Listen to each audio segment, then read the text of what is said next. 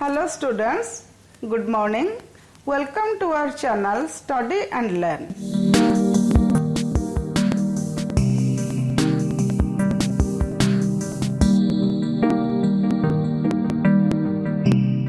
In our previous video, I have already taught about what is letter, what is word and what is sentence.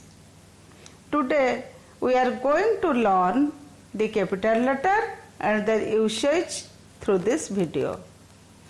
While writing, many students are confused on their usage. This video will hopefully clear their doubts. I request you to watch it till the end. Without a further go, let's get started. ଏହି ଭିଡ଼ିଓଟିରେ ମୁଁ ତୁମମାନଙ୍କୁ English ବର୍ଣ୍ଣମାଳାରେ ବ୍ୟବହୃତ ହେଉଥିବା capital letter ଗୁଡ଼ିକର ବ୍ୟବହାର ବିଷୟରେ ଶିଖାଇବି। In English, the letters are mainly divided into two types: capital letters or uppercase letters, small letters or lowercase letters. Here you can see A, B, C, D, etc. in uppercase letters, and these are the same A, B, C, D, etc. in lowercase letters. For most of the usage, we use the small letters, but there are certain places where we must use the capital letters only. तुमे मैंने जानिछ इंग्रजी वर्णमाला थिबा अक्षर गुडी को साधारणतः दुई भाग रे विभक्त करा जायछि, capital letters and small letters. लेखिबा समय बहुत जगह रे स्मॉल लेटर व्यवहार होता है, किंतु एपरि केतक जगह अछि वाक्य रे जेउठारे कि बाध्यतामूलक भावे कैपिटल लेटर को व्यवहार करा जाए। So let's discuss the usage of capital letters one by one with examples. First point, while writing, the initial letter of the first word in the sentence must be capitalized. लेखिबा समय वाक्यर प्रथम शब्दर प्रथम अक्षरटी capital letter रूपे लिखा जाए। For example, we love our home. The home attracts us. Our parents and family members live here. In these three sentences, we, the, our, in these three words, the first letter W, T and O are written in capital letter. Next point, the first letter of proper noun must be capitalized. Proper noun बा व्यक्तिवाचक विशेष को बुझाउथिबा शब्द गुड़िकर प्रथम अक्षरटी capital letter रूपे व्यवहृत होता है। For example, name of persons कौनसी व्यक्तिर नाम को बुझाउथिबा शब्द।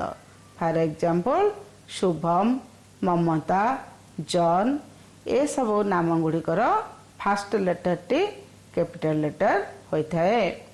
नेम ऑफ द प्लेसेस कौनसी स्थान को बुझाउथिबा शब्द, दिल्ली, भुवनेश्वर, कोलकाता एटसेट्रा। एही शब्द गुड़िकर प्रथम अक्षरटी कैपिटल लेटर रूपे व्यवहार करा जाए। नेम ऑफ द फेस्टिवल पर्वर नाम। फॉर एग्जांपल, होली, दिवाली, दशहरा, ये सब पर्वर नाम गुड़िकर प्रथम अक्षरटी कैपिटल लेटर रूपे व्यवहार होता है। Then third point, initial letter of the days of the week, months of the year is to be capitalized. सप्ताहर बार गुड़िकर नाम, वर्षर मास गुड़िकर नामर प्रथम अक्षर मध्य कैपिटल लेटर होता है। For example, Sunday is a holiday.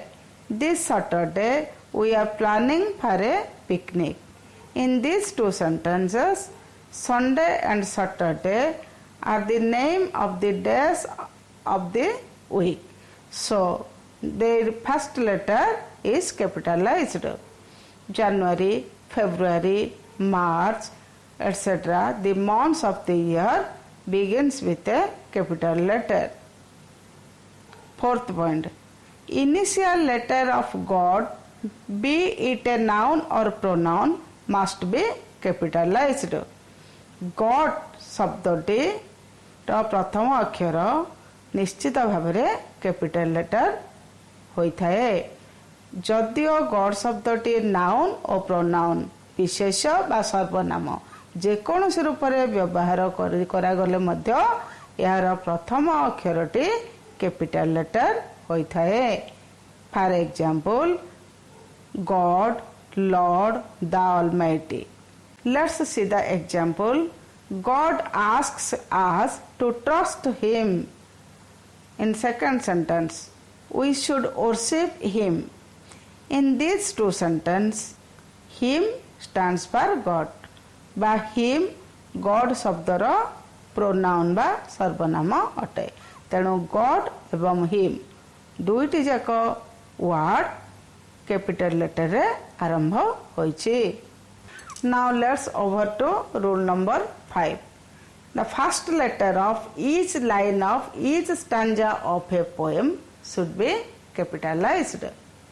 कौनसी गोटे पद्यर कौनसी गोटे स्टांजार प्रत्येक धाड़ीर प्रथम अक्षरटी कैपिटल लेटर होता है।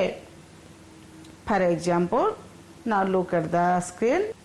I listened motionless and still, and as I mounted up the hill, the music in my heart I bore, long after it was heard no more.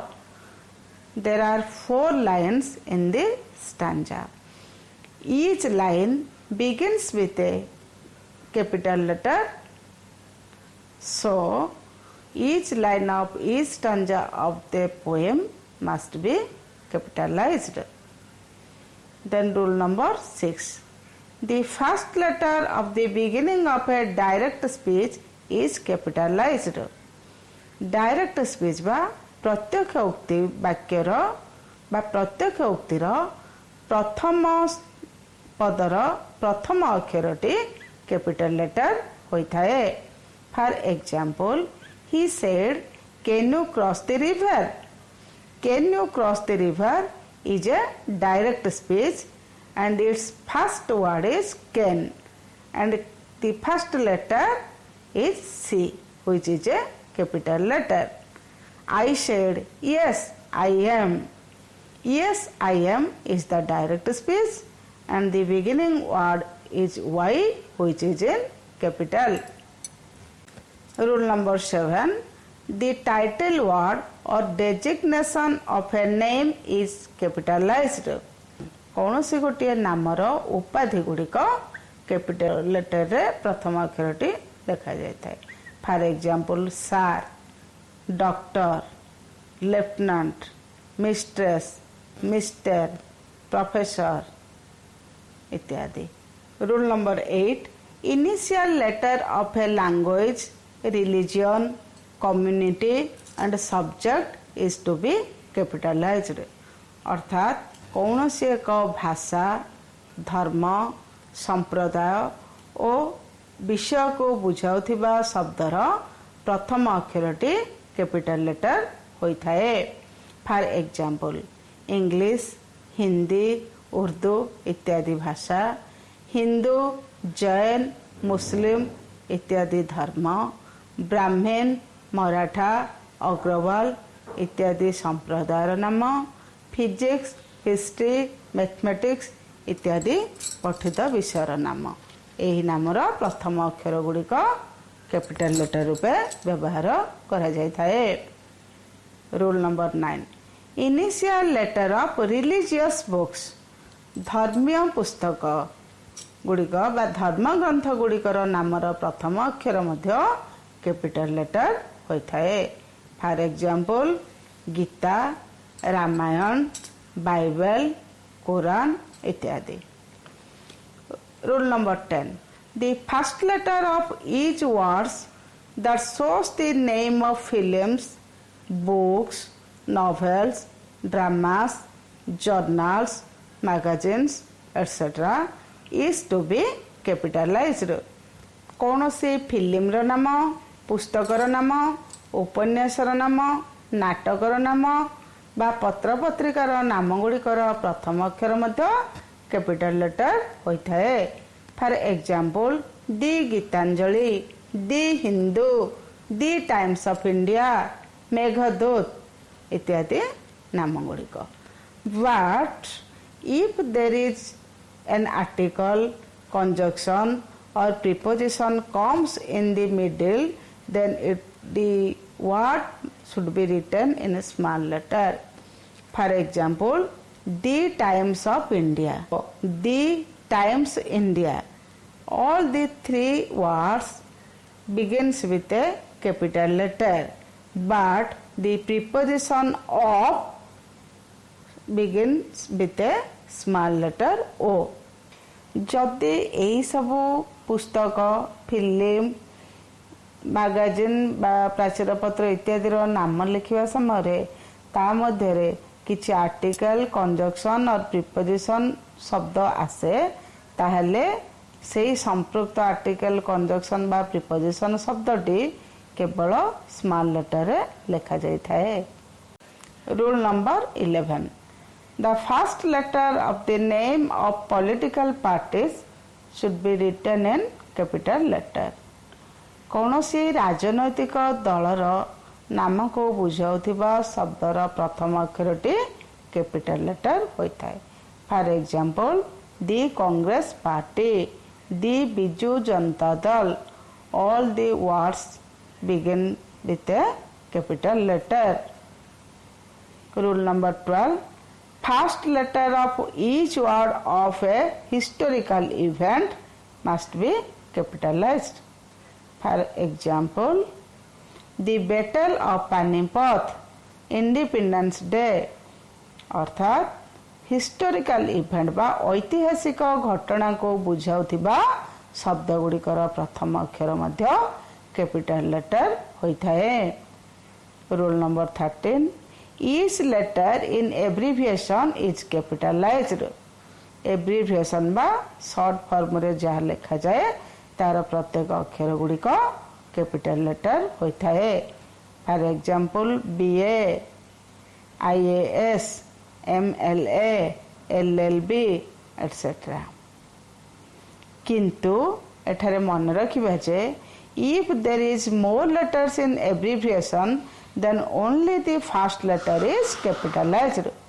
जदि एब्रिविएशन रे अधिक लेटर रही थाए ताहले केवल फर्स्ट लेटर टी कैपिटल लेटर हुए, अन्य लेटर गुड़िक स्मॉल लेटर होता है। For example BSc, MSc, PhD. In word BSc, B and S are capital, C is small. MSc, M and S are capital, C is small. But there are some abbreviations also written in small letters. For example, EG, ETC, IE, AM, PM, etc. EG means example, ETC means extra, IE means that is, AM antemeridian, PM postmeridian. Then rule number 14. If father, mother, uncle, aunt used a proper noun, its first letter is to be capitalized. जदि father, mother, uncle, aunt यही शब्द गुड़िक proper noun बा व्यक्तिवाचक विशेष रूपे वाक्य रे व्यवहार हुए ताहले तार फर्स्ट लेटर टी कैपिटल लेटर होता है। For example father gives money and mother gives food. In this sentence father and mother both the words are used as proper noun, so the first letter of these two words are written in capital letter. But when the words followed by a determiner like the, my, yours, his, etc., then it will be written in small letter. जेतेबेले यही शब्द गुड़िक किछि determiner को follow करता अर्थात या पूर्व किछि determiner दी, माई, yours, his etcetera व्यवहार हुए तेबे यही वर्ड गुड़िक स्मॉल लेटर रूपे व्यवहार हुए. For example, my father is honest. Here father is followed by my. My is a determiner, so the word father begins with a small letter f. जेहेतु father word पूर्व माई व्यवहार होइछि आ माई गोटे होछि determiner, तेणु father word रो प्रथम अक्षर F small letter रे लेखा गला. Then rule number 15. The letter I used alone is always capital letter. कौन सी गोटे वाक्य रे जति आई एकुटिया व्यवहार होइथाए ताहले आई अक्षरटी निश्चित भाव में कैपिटल लेटर रूपे लेखा जिवो. For example, John and I were best friends. एई वाक्यटी रे आई कैपिटल लेटर रूपे व्यवहार करा जायछि. Then rule number 16. Always capitalize the first letter of any nationality that you write in a sentence. Very important point. सबु बळे जातीयता को बुझाउथिबा शब्दर प्रथम अक्षरटी कैपिटल लेटर हुए. For example, I am an Indian. He is British.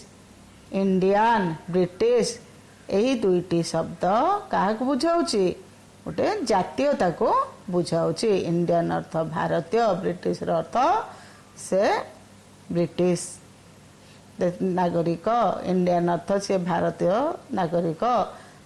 तेणु Indian, British एभली जातीयता को बुझाउथिबा शब्द गुड़िकर प्रथम अक्षरटी capital letter होइथाए.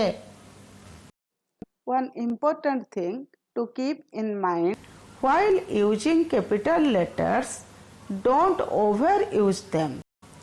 To make it clear, here is an example for you. Look at the screen.